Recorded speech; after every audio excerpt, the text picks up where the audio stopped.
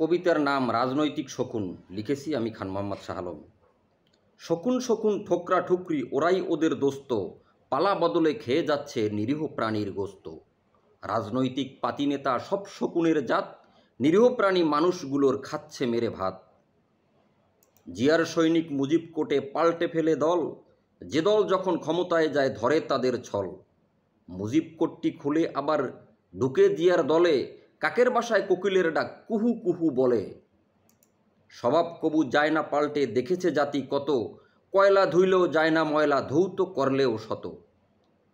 যাদের পেশা কেবলমাত্র শুধুই রাজনীতি, জনগণের সেবক নয়তো কাজী দুর্নীতি। চাঁদাবাজি খুন ধর্ষণের খবর ছড়াছড়ি, অনেক খবর চাপা পড়ে লয়না পেপারে ভরি। খুন ধর্ষণ চাঁদাবাজি নিত্য যাদের কাজ, বিচার সঠিক হয় না বলেই হয় না ওদের লাজ। কবে হবে সমাপ্ত এর, কবে হবে শেষ? শকুনরাই কি ঠুকরে খাবে সোনার বাংলাদেশ? ধন্যবাদ কবিতাটি শোনার জন্য। বন্ধুরা, অনেক দিন পর আপনাদের মাঝে আসলাম।